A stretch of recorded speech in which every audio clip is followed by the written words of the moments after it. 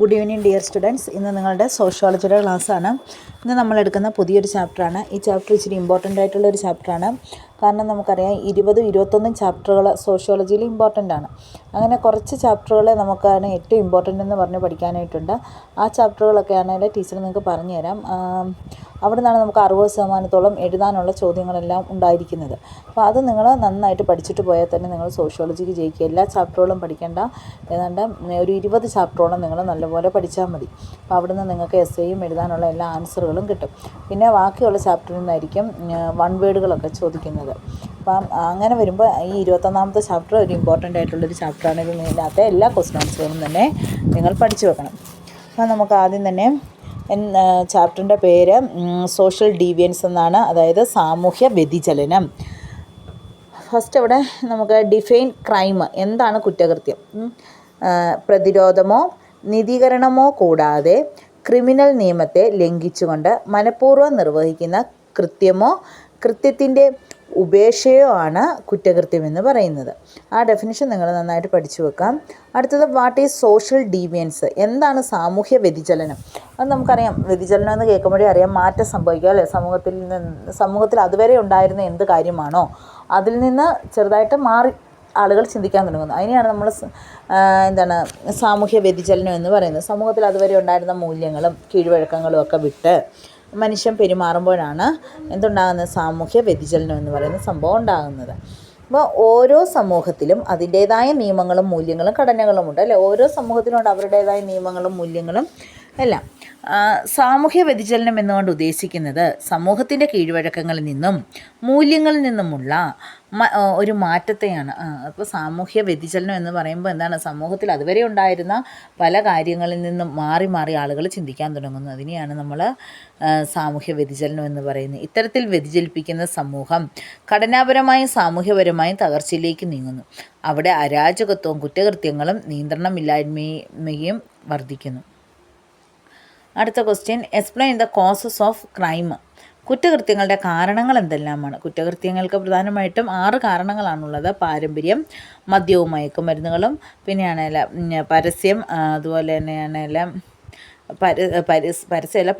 പരിസരം, അയൽവക്കം, പിന്നെന്താണ്, വീടും കുടുംബവും, പിന്നെ അതുപോലെ തന്നെ ജനസാന്ദ്രതയും ജനബാഹുല്യവും ദാരിദ്ര്യം. ഇതൊക്കെയാണ് എന്തിൻ്റെ കാരണങ്ങൾ, കുറ്റകൃത്യത്തിനുള്ള കാരണങ്ങൾ. അപ്പോൾ പാരമ്പര്യമുണ്ട്, മദ്യവും മയക്കുമരുന്നുമുണ്ട്, പരിസരമുണ്ട്, നമ്മുടെ ചുറ്റുപാടുകളുണ്ട്.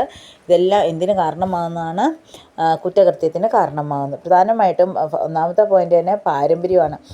ചില ആളുകളിലാണെങ്കിൽ ജന്മനാ തന്നെ കുറ്റകൃത്യങ്ങൾ, ഒരു ജന്മവാസനയായിട്ട് തന്നെ കുറ്റകൃത്യങ്ങൾ വന്നു പോകുന്നു.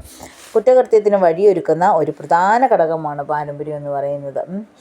ചില ആളുകൾക്ക് ജന്മനാ തന്നെ കുറ്റകൃത്യം ചെയ്യാനുള്ള ഒരു വാസന ഉണ്ടാകുന്നു. അടുത്തൊരു മദ്യവും മയക്കുമരുന്നും, സമൂഹത്തെ തന്നെ നശിപ്പിക്കുന്നൊരു പ്രക്രിയയാണ് ഈ മദ്യവും മയക്കുമരുന്നും അല്ലേ. അപ്പോൾ പല കുറ്റകൃത്യങ്ങളും ആളുകൾ ചെയ്യുന്നത് മദ്യത്തിൻ്റെയും മയക്കുമരുന്നിൻ്റെയൊക്കെ ഉപയോഗം കൊണ്ടാണ്. അടുത്തത് പരിസരം അല്ലെങ്കിൽ അയൽവക്കം. കുറ്റകൃത്യത്തിൻ്റെ ഏറ്റവും നിർണായകമായ ഘടകം അല്ലെങ്കിൽ പ്രധാനപ്പെട്ട സ്രോതസ്സ്. ഒരു കുറ്റകൃത്യം നടന്നാൽ അതിൻ്റെ ഏറ്റവും പ്രധാനപ്പെട്ട സ്രോതസ്സ് എന്ന് പറയുമ്പോൾ നമ്മളെപ്പോഴും അന്വേഷണം ചെല്ലുന്നത് എങ്ങോട്ടായിരിക്കും, തൊട്ട് ചുറ്റുവട്ടത്തുള്ള ആളുകളുമായിട്ടോടായിരിക്കും അല്ലേ. അതാണ് പരിസരം എന്ന് പറയുന്നത്. ഒരു പ്രദേശത്തെ മോശമായ സാഹചര്യം കുറ്റകൃത്യങ്ങൾ വളരാനുള്ള വിളനിലമാണ്. ആ പ്രദേശത്തെ മോശമായിട്ടുള്ള സാഹചര്യങ്ങളൊക്കെ ആണെങ്കിൽ കുറ്റകൃത്യങ്ങൾ വളരാൻ ഉള്ള ഒരു വിളനിലമായിട്ടാണ് കാണുന്നത്. ചില കുടുംബാന്തരീക്ഷം കുട്ടികളുടെ സ്വഭാവ ദൂഷ്യങ്ങൾ ഉണ്ടാക്കുന്നു. ചിലയിടത്താണെങ്കിൽ കുടുംബത്തിനുള്ളിലെ പ്രശ്നങ്ങളും കുട്ടികളുടെ സ്വഭാവത്തെ രൂപീകരിക്കുന്നതിൽ ബാധിക്കുന്നു.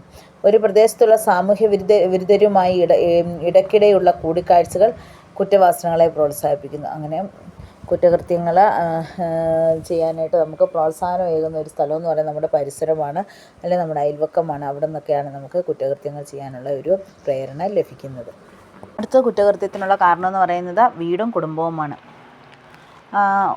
വീടും കുടുംബവും കുറ്റകൃത്യത്തിനുള്ള ഒരു സ്രോതസ്സാണ്. കുറ്റകൃത്യങ്ങളിൽ കുടുംബത്തിന് പ്രത്യക്ഷമായോ പരോക്ഷമായോ ബന്ധമുണ്ട്. മാതാപിതാക്കളും കുട്ടികളും തമ്മിലുള്ള ബന്ധങ്ങളിലെ താളപ്പിഴകൾ, കുട്ടികളെ വേണ്ട വിധത്തിൽ ഉപദേശിക്കാനും നിയന്ത്രിക്കാനും കഴിവില്ലായ്ക, ഇഷ്ടക്കേട് കൊണ്ട്, വിവരമില്ലായ്മ കൊണ്ടും കുട്ടികളെ അവഗണിക്കൽ എന്നിവ കുട്ടികളിൽ കുറ്റവാസന വളർത്താൻ കാരണമായേക്കും. അപ്പോൾ എന്താണ് വീടും കുടുംബവും ഒക്കെയാണെങ്കിൽ എന്തിന് കാരണമാകുന്നു? കുറ്റകൃത്യങ്ങൾ ചെയ്യാനായിട്ട് കുഞ്ഞുങ്ങൾക്ക് കാരണമായി തീരുന്നുണ്ട്. കുട്ടികളെ ഒഴിവാക്കി നിർത്തുക, അല്ലെങ്കിൽ മാതാപിതാക്കൾ തമ്മിലുള്ള പ്രശ്നങ്ങൾ, വീട്ടിലെ വഴക്കുകൾ, ഇതെല്ലാം കുട്ടികളെ എന്തിലേക്ക് നയിക്കുന്നു? കുറ്റകൃത്യങ്ങൾ ചെയ്യാനായിട്ട് നയിക്കുന്നു. കുട്ടികളെ വേണ്ട വിധത്തിൽ ശ്രദ്ധിക്കാതിരിക്കുകയും ഒക്കെ ചെയ്യുമ്പോഴാണ് കുറ്റകൃത്യങ്ങൾ ഉണ്ടാകുന്നത്. പിന്നെ ജനസാന്ദ്രതയും ജനബാഹുല്യവും. തിക്കും തിരക്കും വർദ്ധിക്കുന്നത് കുറ്റകൃത്യങ്ങൾ കൂടാൻ കാരണമാകുന്നു. ജനപ്പെരുപ്പവും കുറ്റകൃത്യങ്ങളുടെ വളർച്ചയും തമ്മിലും ബന്ധമുണ്ട്. ജനങ്ങൾ ധാരാളമായിട്ട് പെരുകി കഴിയുമ്പോഴും അവർക്ക് വേണ്ട ആഹാരങ്ങളോ ഒന്നും കൊടുക്കാൻ കിട്ടാതെയൊക്കെ ദാരിദ്ര്യമൊക്കെ ഉണ്ടാകുമ്പോഴും എന്തുണ്ടാകുന്നു? കുറ്റകൃത്യം വർദ്ധിച്ചു വരുന്നു. കൂടാതെ നഗരങ്ങളിൽ സാമൂഹ്യ നിയന്ത്രണങ്ങൾ ഇല്ലാത്തതിനാൽ കുറ്റകൃത്യങ്ങൾ പെരുകുന്നു. പിന്നെ വേണ്ട വിധത്തിൽ ജനങ്ങളെ കൺട്രോൾ ചെയ്യാൻ പറ്റാതെ വരുമ്പോഴും കുറ്റകൃത്യങ്ങൾ പെരുകുന്നു.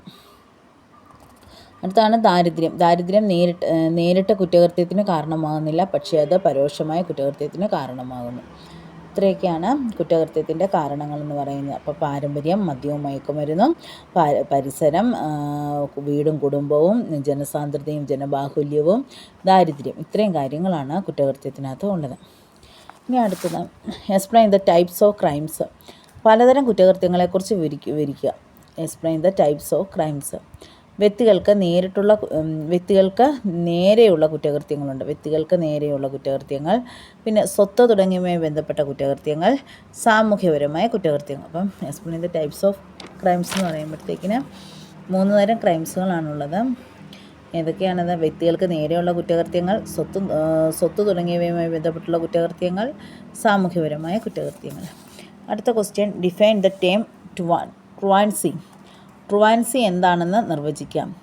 അനാവശ്യമായി സ്കൂളിൽ പോകാതെ വീട്ടിലിരിക്കുകയും അല്ലെങ്കിൽ മുഴുവൻ സമയം അലഞ്ഞു തിരിഞ്ഞ് നടക്കുകയും ചെയ്യുന്ന കുട്ടികൾ ഈ വിഭാഗത്തിൽപ്പെടും. അതായത് കുട്ടികൾക്ക് പ്രാഥമിക വിദ്യാഭ്യാസം ഒന്നും കൊടുക്കാതെ അതുങ്ങൾ അലഞ്ഞു തിരിഞ്ഞ് നടക്കുകയും തെരുവിലൂടെയൊക്കെ നടക്കുകയും ചെയ്യുന്ന ഒരു സംവിധാനത്തെയാണ് നമ്മൾ എന്ത് പറയുന്നത്? ട്രുവാൻസി എന്ന് പറയുന്നത്. ഇവർ പ്രത്യേക ലക്ഷ്യമൊന്നുമില്ലാതെ ദരിദ്ര കുടുംബത്തിലോ അംഗങ്ങളോ മാനസിക വൈകല്യമുള്ളവരോ ആയിരിക്കും. കുടുംബത്തിലെ ദാരിദ്ര്യം കാരണം അല്ല നിരക്ഷരത കാരണമൊക്കെ കുഞ്ഞുങ്ങളെ ശരിയായ വിധത്തിൽ നോക്കാതെ അവരെ പഠിപ്പിക്കേണ്ട സമയത്ത് പഠിപ്പിക്കാൻ വിടാതെയൊക്കെ നടക്കുന്ന കുഞ്ഞുങ്ങളാണ് ഇങ്ങനെ ട്രുവാൻസി വിഭാഗത്തിൽപ്പെടുന്നത്. പരീക്ഷയോടുള്ള അമിത ഭയമോ ചീത്ത കൂട്ടുകെട്ടോ ഇവരുടെ ഇത്തരം ശീലങ്ങൾക്ക് കാരണമായി തീർന്നേക്കാം. ഇത്തരം കുട്ടികൾ ട്രുവാൻഡ എന്നറിയപ്പെടുന്നു. ശരിയായ ശിക്ഷണവും ഉപദേശവും വഴി ഇവരെ നേർവഴിക്ക് കൊണ്ടുവരാൻ സാധിക്കും. ഇത്തരത്തിലുള്ള കുട്ടികൾ പ്രത്യേക കാരണമില്ലാതെ പെട്ടെന്ന് സ്കൂളിൽ നിന്ന് അപ്രതീക്ഷിതമാണ്. ചില കുട്ടികൾ സ്കൂളിലൊന്നും വരാതെ അലഞ്ഞു തിരിഞ്ഞ് നടക്കാറുണ്ട്. ഇങ്ങനെയുള്ളവരെയാണ് നമ്മൾ എന്ത് പറയുന്നത്? ട്രുവാൻസി എന്ന് പറയുന്നത്. അവർ വീട്ടിലെ ദാരിദ്ര്യം കൊണ്ടോ അല്ലെങ്കിൽ ഒരു നല്ല രീതിയിൽ കെയർ ചെയ്യാത്തതുകൊണ്ടോ ഒക്കെയാണ് ആ കുട്ടികൾ ഇങ്ങനെയായി പോകുന്നത്. ഇവരെ നമുക്ക് കൗൺസിലിങ്ങിലൂടെയൊക്കെ തിരിച്ച് നേർവഴിക്ക് കൊണ്ടുവരാനായിട്ട് സാധിക്കും. ഇത്തരം കുട്ടികളാണെങ്കിൽ പ്രത്യേക കാരണമൊന്നും ഇല്ലാതെ സ്കൂളിൽ നിന്ന് പെട്ടെന്ന് അപ്രതീക്ഷിതമാകുകയും ചെയ്യും. അവർക്ക് വലുതായിട്ട് പഠിക്കാനും അറിയത്തില്ല. അവരുടെ കൂട്ടുകെട്ടുകൾ, ചീത്ത കൂട്ടുകെട്ടുകൾ, ഇതെല്ലാം ഇതിന് കാരണമായി തീരുന്നുണ്ട്. അടുത്തത് ഡിഫൈൻ ജുവനൈൽ ഡെലിക്വൻസി. അതായത് ഡിഫൈൻ ജുവനൈൽ ഡെലിക്വൻസി എന്ന് പറഞ്ഞു കഴിഞ്ഞാൽ എന്താണ്? കൗമാര കുറ്റകൃത്യങ്ങൾ. കൗമാര പ്രായത്തിൽ കുട്ടികളിലുണ്ടാകുന്ന കുറ്റകൃത്യം. ഒരു കുട്ടിയുടെ സാമൂഹ്യ വിരുദ്ധ പ്രവണതകൾ ഔദ്യോഗിക നടപടികൾക്ക് കാരണമാകുന്നത്രേ. ഗുരുതരമാകുന്നതാണ് കൗമാര കുറ്റകൃത്യങ്ങൾ എന്ന് പറയുന്നത്. അതായത് ഒരു കുട്ടിയുടെ സാമൂഹ്യ വിരുദ്ധ പ്രവണതകൾ ഔദ്യോഗിക നടപടികൾക്ക് കാരണമാകുന്നു. ഒരു കുട്ടികളുടെ സാമൂഹ്യ വിരുദ്ധ പ്രവർത്തനങ്ങൾ, ചില കുട്ടികൾ ഒത്തിരിയേറെ കുറ്റകൃത്യങ്ങൾ കൗമാര പ്രായത്തിൽ തന്നെ ചെയ്തു കൂട്ടുന്നു. വീട് വലിക്കുന്നു, കള്ളുകുടിക്കുന്നു, മറ്റ് അനാശാസ്യ പ്രവർത്തനങ്ങളൊക്കെ നടത്തുന്നതൊക്കെയാണെങ്കിൽ മോഷണം, ഇതെല്ലാം കുട്ടികളിൽ ഇതൊക്കെയാണ് കൗമാര കുറ്റകൃത്യങ്ങളെന്ന് പറയുന്നത്. ഇനി കൗമാര കുറ്റകൃത്യത്തിനുള്ള കാരണങ്ങൾ എന്തൊക്കെയാണ്? ജുവനൈൽ ഡെലിക്വൻസിയുടെ കാരണങ്ങൾ എന്തൊക്കെയാണ്? Explain the causes of the juvenile delinquency. അതായത് ഇങ്ങനെയുള്ള കൗമാര കുറ്റകൃത്യത്തിനുള്ള പ്രധാനപ്പെട്ട കാരണങ്ങൾ എന്ന് പറയുമ്പം പാരമ്പര്യം ഒരു ഘടകമാണ്. അപ്പോൾ കൗമാര കുറ്റകൃത്യത്തിനുള്ള പ്രധാനപ്പെട്ട ഒരു കാരണമാണ് പാരമ്പര്യം എന്ന് പറയുന്നത്. കുറ്റവാസനയുള്ള മാതാപിതാക്കൾ കുറ്റവാസനയുള്ള കുട്ടികൾക്ക് ജന്മം നൽകുന്നു. കാരണം മാതാപിതാക്കളുടെ സ്വഭാവം കുട്ടികളിൽ പ്രതിഫലിപ്പിക്കുന്നു. ഇതാണ് ഒന്നാമത്തെ ഇതെന്ന് വെച്ച് കഴിഞ്ഞാൽ പാരമ്പര്യമാണ്. പാരമ്പര്യത്തിനകത്ത് എന്താണ് കുറ്റവാസനയുള്ള മാതാപിതാക്കൾ കുറ്റവാസനയുള്ള കുട്ടികൾക്ക് ജന്മം നൽകുകയും അതുവഴി ആ കുഞ്ഞുങ്ങളിലേക്കും ആ മാതാപിതാക്കളുടെ സ്വഭാവം പ്രകടമാകുകയും ചെയ്യുന്നു. അങ്ങനെ പാരമ്പര്യവും എന്താണ് കൗമാര കുറ്റകൃത്യത്തിന് ഒരു കാരണമായിട്ട് തീരുന്നുണ്ട്. അത് അടുത്തതാണ് മനഃശാസ്ത്രപരം. എല്ലാ കുട്ടികൾക്കും വാത്സല്യം, സ്നേഹം, അടുപ്പം, അംഗീകാരം, പരസ്പര ധാരണ എന്നിവ ആവശ്യമാണ്. ഇത് നിഷേധിച്ചാൽ അസ്വസ്ഥതയും മാനസിക സംഘർഷവും സാമൂഹ്യമായ പൊരുത്തക്കേടലുകളുമായിരിക്കും ഫലം. അപ്പോൾ എല്ലാ കുഞ്ഞുങ്ങൾക്കും സ്നേഹവും പരിചരണവും എല്ലാം ആവശ്യമായിട്ടുണ്ട്. ഇതൊന്നും കിട്ടാതെ വരുമ്പോഴാണ് കുട്ടികളിലാണെങ്കിലും കൗമാര കുറ്റകൃത്യങ്ങൾ വളരുന്നത്. അടുത്തത് കുടുംബം. ഒരു കുട്ടി ജനിക്കുന്ന കുടുംബം അവനെ അഗാധമായി സ്വാധീനിക്കുന്നുണ്ട്. ഓരോ കുഞ്ഞുങ്ങളും ജനിച്ചു വീഴുന്ന കുടുംബത്തിൻ്റെ അന്തരീക്ഷം ആ കുട്ടികളെ വളരെയധികം സ്വാധീനിക്കുന്നുണ്ട്. കുട്ടികളെ അവഗണിക്കുന്ന മാതാപിതാക്കൾ കുട്ടികൾ കൗമാര കുറ്റങ്ങളിലേക്ക് പോകാൻ സാധ്യതയുണ്ട്. കുട്ടികളെ അവഗണിക്കുന്ന ചില വീടുകളിലൊക്കെ ആണെങ്കിൽ കുഞ്ഞുങ്ങളോടൊരു അവഗണനയൊക്കെ കാണിക്കുമ്പോൾ അത് ഇതിലേക്ക് മാറുന്നു, കൗമാര കുറ്റകൃത്യങ്ങളിലേക്ക് മാറുന്നു. പിന്നെ ഭൗതിക സാഹചര്യം. കുടുംബത്തിലെ ഭൗതിക സാഹചര്യങ്ങളും കുട്ടികളുടെ പെരുമാറ്റ രീതിയും തമ്മിലും ബന്ധമുണ്ട്. കുട്ടികൾക്ക് ഭൗതിക സംതൃപ്തി നൽകാൻ കുടുംബം കുട്ടിയെ അക്കാലത്ത് തിരഞ്ഞ് അതായത് ഭൗതിക സാഹചര്യം എന്ന് പറയുമ്പോഴത്തേന് എന്താണ്, കുടുംബത്തിലെ ഭൗതിക സാഹചര്യവും കുട്ടിയുടെ പെരുമാറ്റ രീതിയും തമ്മിലും ബന്ധമുണ്ട്. ഭൗതിക സാഹചര്യങ്ങൾ, അപ്പോൾ കുട്ടിക്ക് ഭൗതിക സംതൃപ്തി നൽകാത്ത കുടുംബം കുട്ടിയെ അലഞ്ഞു തിരിഞ്ഞ് നടക്കുന്നു. അങ്ങനെ കുട്ടികളിങ്ങനെ അലഞ്ഞു തിരിഞ്ഞൊക്കെ നടക്കുന്നത് വഴിയും ഒക്കെ അവരുടെ ഭൗതിക സാഹചര്യങ്ങൾ നല്ല കുട്ടികൾക്ക് മെച്ചപ്പെട്ട വിദ്യാഭ്യാസം നൽകാൻ പറ്റുന്നില്ല, മെച്ചപ്പെട്ട ആഹാരം നൽകാൻ പറ്റുന്നില്ല, അവർക്കും മെച്ചമായിട്ടുള്ള കാര്യങ്ങളൊന്നും കൊടുക്കാനായിട്ട് മാതാപിതാക്കൾക്ക് കഴിയാതെ വരുമ്പോൾ കുഞ്ഞുങ്ങൾ എന്ത് ചെയ്യും, അലഞ്ഞു തിരിഞ്ഞ് നടക്കും. അങ്ങനെ വരുമ്പോഴും ആ ഭൗതിക സാഹചര്യങ്ങളുമായിട്ട് കുഞ്ഞുങ്ങൾക്ക് മെച്ചപ്പെട്ടു പോകാൻ പറ്റാതെ വരുമ്പോഴൊക്കെ എന്ത് വരുന്നു, കൗമാര കുറ്റകൃത്യങ്ങളിലേക്ക് കടക്കുന്നു. കുട്ടികൾ ചെറുപ്പത്തിൽ തന്നെ വലിയ മുതിർന്നവരുമായിട്ടുള്ള കൂട്ടുകെട്ടുകളിലേക്കൊക്കെ വരികയും അങ്ങനെ ആ സ്വഭാവ രീതികളും ഒക്കെ കണ്ടുപഠിച്ച് അവരിലാണെങ്കിൽ കുറ്റകൃത്യങ്ങൾ വളർന്നു വരികയും ചെയ്യുന്നു. ഇതൊക്കെയാണ് പ്രധാനപ്പെട്ട കൗമാര കുറ്റകൃത്യത്തിനുള്ള കാരണങ്ങളെന്ന് പറയുന്നത്. അപ്പോൾ ഇതൊക്കെയാണ് പാരമ്പര്യമുണ്ട്, മനഃശാസ്ത്രപരമുണ്ട്, പിന്നെ ഓരോ കുട്ടികളും ജനിച്ചു വീഴുന്ന കുടുംബം, അതും അവൻ്റെ സാഹചര്യത്തിനനുസരിച്ച് കുറ്റകൃത്യങ്ങളിലേക്കൊക്കെ പോകാനായിട്ട് കാരണമാകുന്നു. പിന്നെ ഭൗതിക സാഹചര്യങ്ങൾ, ഇതെല്ലാം കൗമാര കുറ്റകൃത്യങ്ങൾക്ക് കാരണമാകുന്നു. അപ്പോൾ വളരെ ചെറിയൊരു ചാപ്റ്ററാണ്. അപ്പോൾ ഇത് നിങ്ങൾ നന്നായിട്ട് വായിച്ച് പഠിക്കുക.